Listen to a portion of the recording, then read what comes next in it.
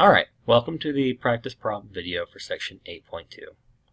In this video, I'm going to go over how to do the equation problems that are at the end of the section 8.2 assignment.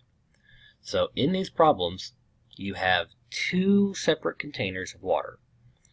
Okay, for each container, it tells us the mass of the water within each container and the temperature of the water within each container. Okay, so that's what they give us. What we're trying to find is what's the temperature of the water going to be if we take all the water in the first container and all the water in the second container and combine it.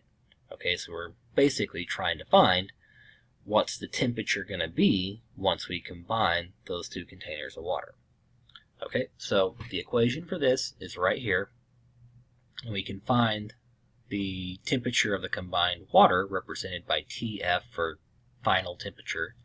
Okay, and that final temperature is equal to mass 1 times temperature 1 plus mass 2 times temperature 2.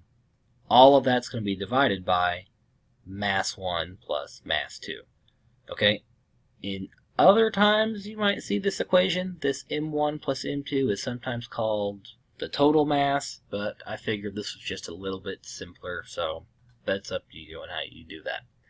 Okay, but what we do is we multiply the mass 1 and the temperature 1 and add that to mass 2 times temperature 2 and divide that by our total mass. Okay, so let's see an example of where we do just that in an actual problem. Okay, so here's our example problem. So in it, we have 2.3 kilograms of water at 40 degrees Celsius is added to a bucket which has 10.5 kilograms of water at 98 degrees Celsius. What is the temperature of this combined amount of water? Okay, so we're trying to figure out what's the temperature of the water if we combined these two containers. So, like any problem, I've gone ahead and highlighted the important information here. So we have 2.3 kilograms of water at 40 degrees Celsius. Okay, so the 2.3 kilograms is the mass of object 1, okay, and that water is at 40 degrees Celsius. So that's our mass 1 and temperature 1. Okay, now this is added to a bucket which has 10.5 kilograms of water, so that's mass 2, and this 10.5 kilograms of water is at 98 degrees Celsius. So we have highlighted and labeled all the important information in the problem, and this part that I have highlighted in green is what it's asking for, which is what is the temperature of the combined amounts of water. Okay, so once we have everything labeled, okay, the first thing we need to do is plug all the numbers in, which I've done right here. Okay, so we have 2.3 times 40 plus 10.5 times 98. We're going to take all of that and divide it by 2.3 plus 10.5. Okay, so remember this bottom part is just where we add the two masses together to get our total mass. Okay, now to simplify, I'm just going to do several things here. I'm going to multiply the 2.3 and 40 and the 10.5 and 98, and I'm also going to add the 2.3 and 10.5, okay, just to get this to where it looks a bit simpler. Okay, so we do our simplification, and we get, you should get this right here.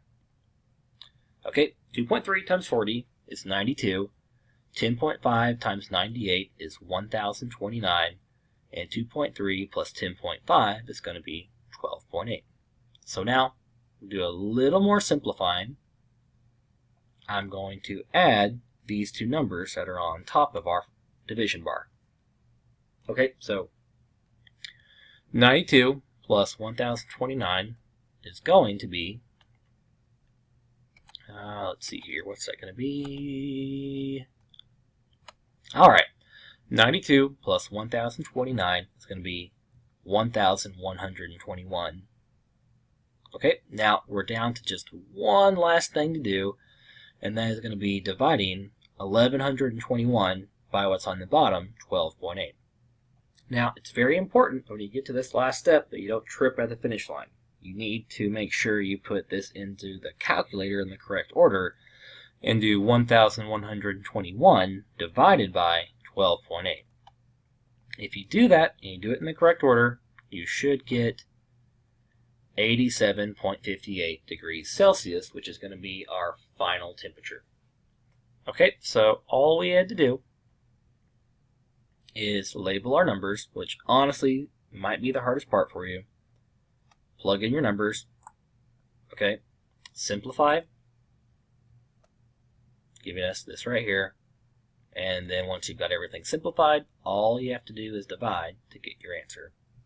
So that's it. I recommend that you check this video and make sure you've done it correctly. And you might write this down as your first show your work problem on your show your work answer sheet, so you have something to work off of. But all the problems in the 6.2 assignment that are equation based are going to be just like this one. So try them out. If you had any trouble solving this practice problem, let me know and I'll get you straightened out. So good luck, and as always, let me know if you need help.